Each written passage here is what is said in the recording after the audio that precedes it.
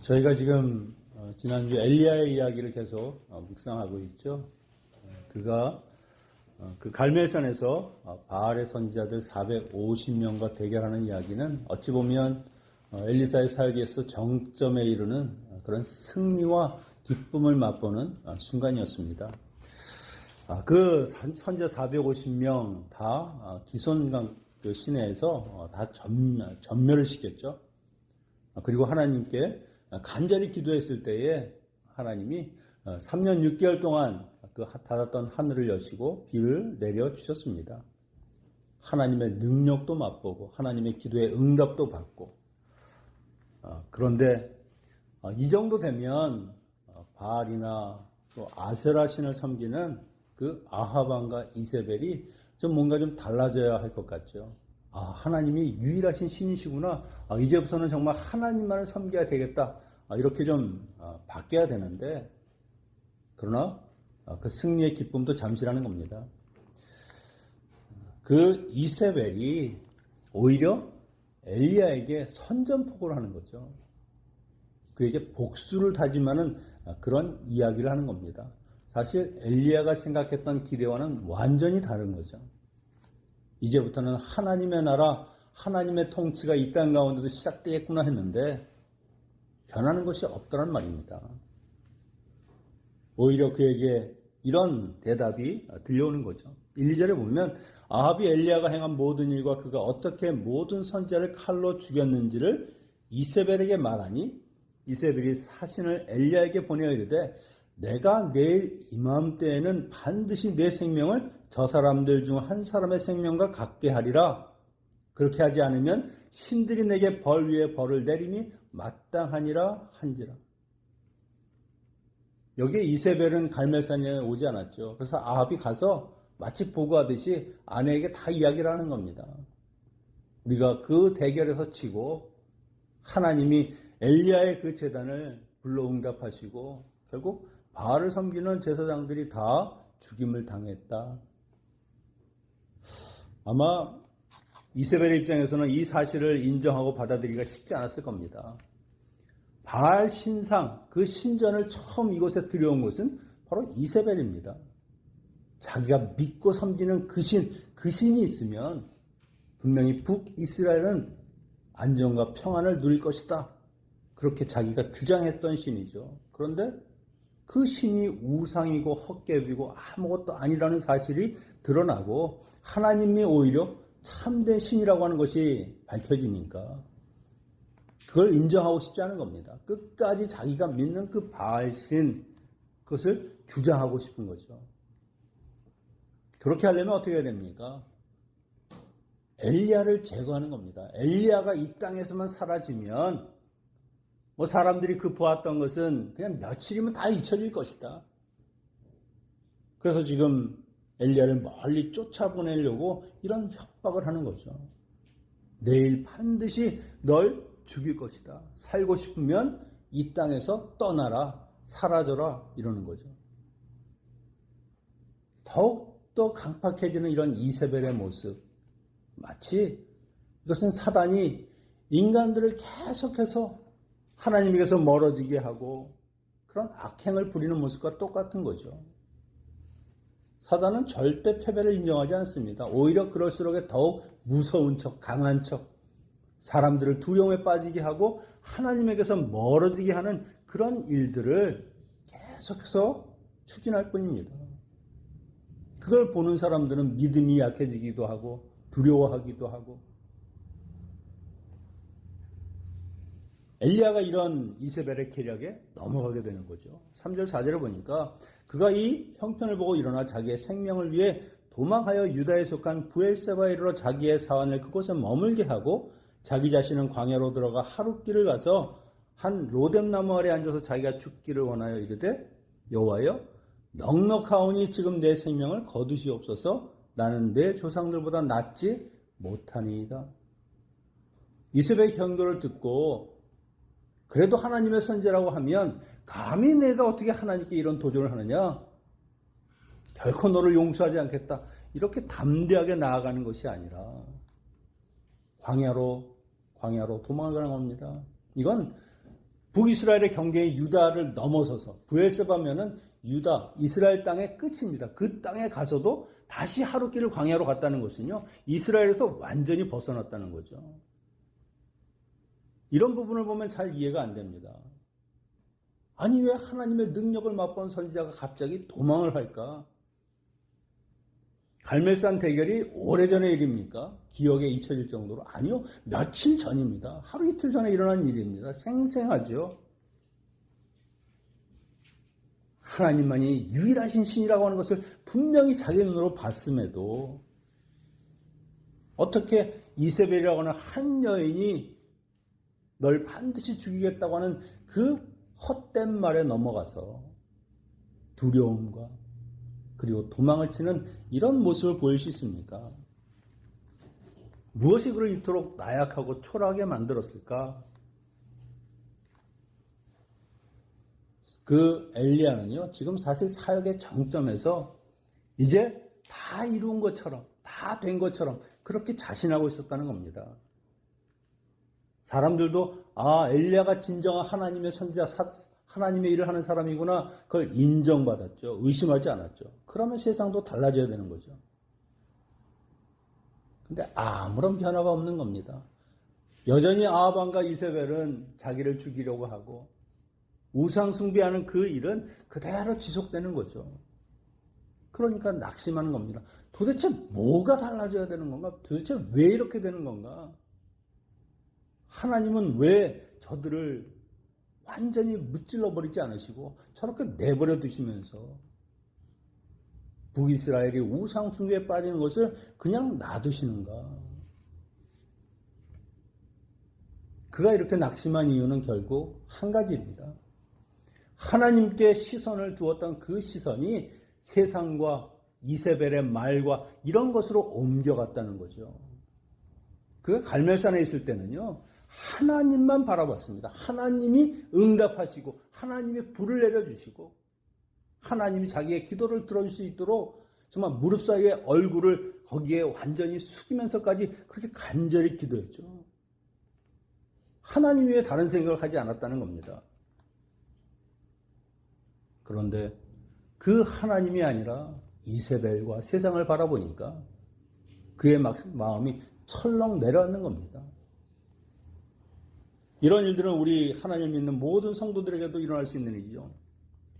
우리의 신앙이 항상 뜨겁고 매일매일 열정과 감격이 넘칩니까? 그럴 때도 있죠. 그러나 그렇지 않을 때도 훨씬 더 많다는 겁니다. 어떤 날은 누군가 던진 그 한마디 말에도 천국과 지옥을 오가기도 하고 마음에 정말 못이 박힌 것처럼 그 상처가 쉽게 지워지지 않는 그런 일도 우리가 겪게 되는 것입니다.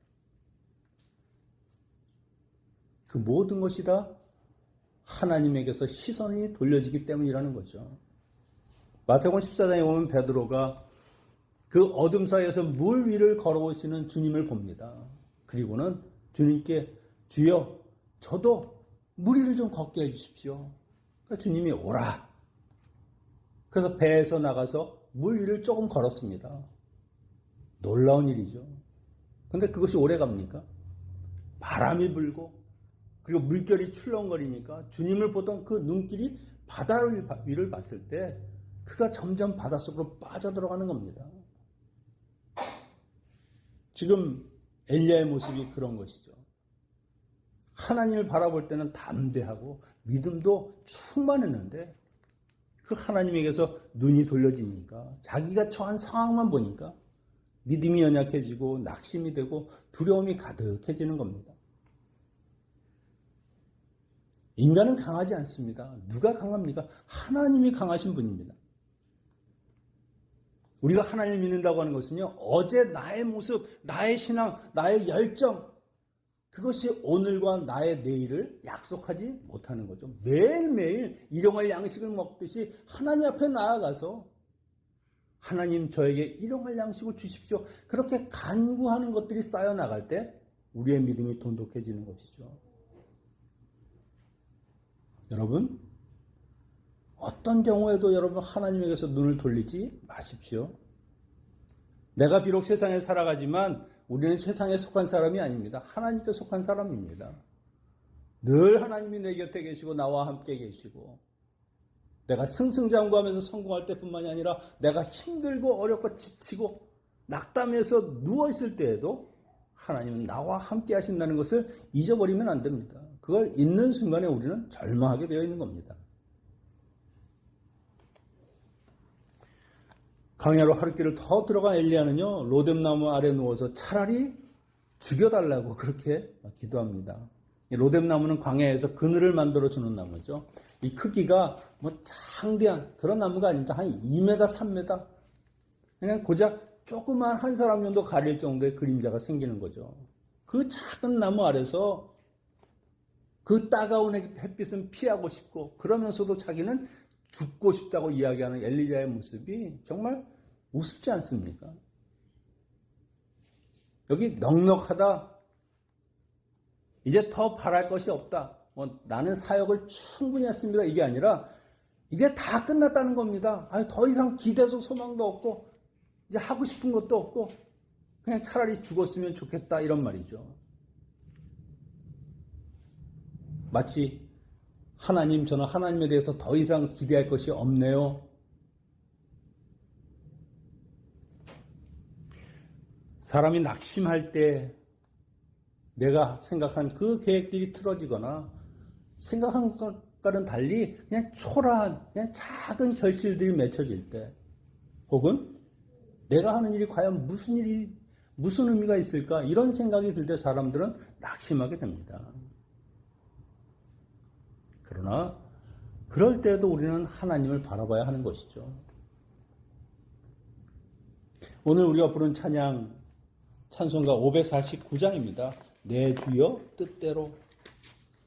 이것은 벤자민 슈물크 목사님이 지은 가사입니다. 약 1700년대에 이 캐톨릭과 개신교의 종교전쟁이 한 30년 정도 지나가면서 사람들은 그냥 고통과 그리고 시기에 빠져 있는 거죠. 그 신자들을 열심히 돌봤습니다. 목회자가 없으니까 약 한 36개 되는 마을에 그 교회를 혼자 돌아다니면서 목회를 하는 겁니다. 그러다 보니까 집을 많이 비우기가 하죠. 어느 날 그가 집에 돌아왔는데 집에 불이 난 겁니다. 아이들이 둘이 있는데 그 아이들도 보이지 않고 그 화재 현장에 다 타버린 그 잿더미를 펼쳐보니까 거기에 두 아들이 불에 타 죽어 있는 겁니다. 얼마나 낙심이 되겠습니까? 마음이 아프겠습니까? 그냥 끊임없이 울면서 그분이 그 가운데 하나님의 뜻을 생각하고 쓴 가사가 바로 이 549장이라는 겁니다. 내 주여 뜻대로 행하시옵소서. 큰 근심 중에도 낙심하지 말게 하시고 주님도 때로는 울기도 하셨고 날 주관하셔서 주님 뜻대로 해 주시옵소서. 이런 고통 가운데서도 그는 주님을 바라보는 거죠. 주님도 때로는 울기도 하셨고 십자가에서 그 고난과 아픔도 겪으셨는데 주여 모든 것이 다 주님의 뜻입니다. 주님의 뜻에 순종하게 하여 주시옵소서. 그렇게 이 가사를 지은 것이죠. 그럴 때 그가 슬픔을 디디고 아픔과 고통도 디디고 다시 일어서는 겁니다. 그 이후에도 그런 순회하는 목회를 계속해서 그렇게 하셨다고 하는 겁니다. 주님의 십자가를 보면 패배와 절망의 자리처럼 보이죠. 세상을 다 뒤바꿀 처럼 그렇게 메시아로 오신 그분이 그냥 한낱 죄인의 모습으로 십자가에 달려서 처절하게 죽으신 그 모습을 보면 저것이 무슨 메시아인가? 사람들은 그렇게 생각할 것입니다. 그런데 그 십자가는요, 인간의 죄와 연약함과 낙심과 절망을 다 끌어안고 죽으신 예수 그리스도의 그 십자가라고 하는 것이죠. 우리를 위해서, 우리를 용서하시기 위해서, 나를 위해서 고난받는 저 그리스도의 모습을 보면 우리가 이 세상 가운데서 참지 못하고 견디지 못할 그 모든 일들이 어디 있겠는가? 그렇게 용기를 얻고 소망을 얻는 겁니다. 여러분 혹시 낙심 가운데 있으십니까? 눈을 들어 하나님을 바라보십시오. 주님의 십자가를 바라보십시오. 그것에 우리의 소망이 있고 그것에 우리의 기쁨이 있는 것입니다. 이런 엘리야에게 하나님이 친히 천사를 보내시죠. 5절 7절에 보니까 로뎀나무 아래 누워 자더니 천사가 그를 어루만지며 그에게 이르되 일어나 먹으라 하는지라 본즉 머리맡에 숯불에 구운 떡과 한 병 물이 있더라. 이에 먹고 마시며 다시 누웠더니 여호와의 천사가 또다시 와서 어루만지며 이르되 일어나 먹으라 내가 갈 길을 다 가지 못할까 하노라 하는지라. 보통 죽여주십시오. 저는 이제 하나님께 기대와 소망이 없습니다. 이렇게 이야기하면 넌 대체 선지자가 그 모양이냐? 왜 그것밖에 안 되냐? 꾸짖을만도 하죠. 그런데 천사를 보내셨다는 겁니다. 그리고 어루만지셨다는 겁니다. 이 어루만진다고 하는 것은요, 자기 백성을 위로하시고 새 힘을 주시는 그런 모습입니다. 하나님의 은총을 베푸는 것이죠. 하나님이 어루만지면 말씀하시는 겁니다. 수고했다. 많이 힘들었지? 내가 내 마음 다 안다. 너의 아픔과 어려움이 무엇인지 내가 다 이해한다. 다른 말씀 안 하시고 하나님은 지금도 너를 사랑하시고 너를 붙드신다. 이것을 확인시켜 주시는 것이죠. 숯불에 구운 떡과 물을 먹이십니다. 말로만 하지 않으십니다. 그게 실제적인 필요를 채우시는 겁니다. 이것이 하나님 주시는 사랑과 위로의 손길이라고 하는 것이죠. 하나님은 그동안에도 엘리야를 얼마나 많이 먹이셨습니까? 까마귀를 통해서 그를 먹이시고 사르밧 과부를 통해서 그 3년간의 그 시간들을 하나님께서 먹이고 그를 하나님의 사랑으로 채우셨습니다. 그리고 이제는 천사를 통해서도 먹이십니다. 엘리야를 위해서 다양한 손길로 하나님이 도우신 그 일들을 보면 하나님은 위로의 하나님이시죠. 그 하나님의 위로가 그의 삶에 가장 큰 힘이 되는 겁니다. 여기 숯불과 떡 하면은 우리가 생각나는 장면이 있죠. 요한복음 23장에 보면 주님께서 제자들을 찾아가십니다. 갈릴리 바닷가 예수님께서 십자가를 지시고 거기서 죽으셨을 때 낙심한 제자들이 다시 옛날의 모습으로 돌아가는 겁니다. 그냥 어부일을 하면서 그냥 물고기나 잡으면서 나의 노후를 마쳐야 되겠다 생각하는 그 낙심한 제자들이 있는 그 현장으로 가서 거기에 바로 주님이 불에 구운 떡과 생선을 준비하시죠. 그리고 먹이시는 겁니다. 그리고 그들에게 왜 너희는 날 버리고 도망갔느냐? 왜 너희는 이렇게 믿음이 없느냐? 그렇게 책망하지 않으시죠. 한 가지를 물으시는 겁니다. 내가 나를 사랑하느냐? 예, 그렇습니다. 내 양을 먹이라. 나를 사랑한다고 하면 나의 양들, 그것을 너의 양으로 생각하고 그들을 위해서 살아가라는 것이죠. 다시 제자들을 소명을 주시고 제자로 세워주시는 겁니다. 사실 십자가의 고난을 겪은 것은 주님이시죠. 누구보다 못지않은 그런 극심한 고난을 겪었습니다. 그럼에도 주님은 제자들을 외면하지 않는다는 겁니다. 엘리야 스스로 나는 혼자입니다 이야기하지만 예수님과 같이 그렇게 홀로 된 사람들은 이 세상에 없습니다. 제자들, 사랑하는 사람들도 다 외면하고 하나님마저 고개를 돌리신 그 현장이 십자가 현장인데 엘리야가 아무리 혼자라고 이야기하지만 과연 그가 혼자입니까? 늘 하나님이 함께 하셨습니다. 하나님은 우리의 믿음이 연약해서 낙심할 때에도 우리를 책망하시기보다는 위로하시는 분이십니다. 다시 그 아픔과 상처를 싸매어 주시고 힘내서 다시 달려갈 수 있도록 만들어 주신 분이 하나님이시죠. 여러분, 우리를 위로하시는 주님의 손길이 여러분의 삶 가운데 있음을 잊지 마십시오. 그 주님이 오늘도 여러분을 붙들고 계시는 겁니다. 그 힘으로 다시 일어난 엘리야가 40주야를 달려 호렙산에 도착합니다. 이 호렙산은 신의 산이죠. 모세가 처음 부름을 받았던 것이고 이스라엘 백성들이 하나님과 언약을 맺고 그곳에서부터 다시 하나님과 동행하는 그런 곳이 바로 이 호렙산입니다. 그런데 이 호렙산 이것은 브엘세바에서 거리가 약 350km. 부지런히 가면 한 열흘 정도면 도착할 수 있는 그런 곳입니다. 그런데 40일이 걸렸다? 물론 그는 그곳을 가면서 하나님께 기도도 하고 스스로 많은 생각도 하고 그런 시간들을 보냈을 겁니다. 그런데 이스라엘 백성이 광야를 지난 것이 40년입니다. 40년의 그 고난의 세월을 지나서 드디어 하나님이 약속하신 가나안 땅에 들어가는 것처럼 이 40일에 걸친 그 시간은 엘리야가 정말 혼자 혹독하게 정말 자기 자신을 들여다보고 하나님이 누구신가를 생각하는 그런 연단의 시간이었다는 것이죠. 그리고 시내산에 도착했으니 이제 새로운 일들이 여기서 시작될 것이다 하는 것을 보여주는 겁니다. 하나님이 그에게 이렇게 물으시죠. 9절 10절에 엘리야야 내가 어찌하여 여기 있느냐? 엘리야가 저는 열심히 유별하오니 이는 이스라엘 자손이 주의 언약을 버리고 주의 제단을 헐며 칼로 주의 선자를 죽였음이오며 오직 나만 남았거늘 그들이 내 생명을 찾아 빼앗으려 하나이다. 내가 어찌 여기 있느냐? 이 말씀은요. 하나님 그걸 모르셔서 하는 것이 아니죠.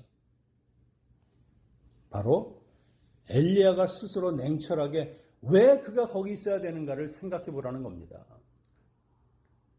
이 일을 통해서 이제 하나님의 섭리와 경륜을 깨닫게 하시고 그리고 다시금 자신의 사명을 깨닫도록 질문하시는 것이죠. 엘리야의 대답은요. 첫 번째 질문이나 두 번째 질문이나 똑같습니다. 저는 정말 하나님을 위해서 열심히 살았습니다. 우상을 숭배하는 자들과 싸웠고요.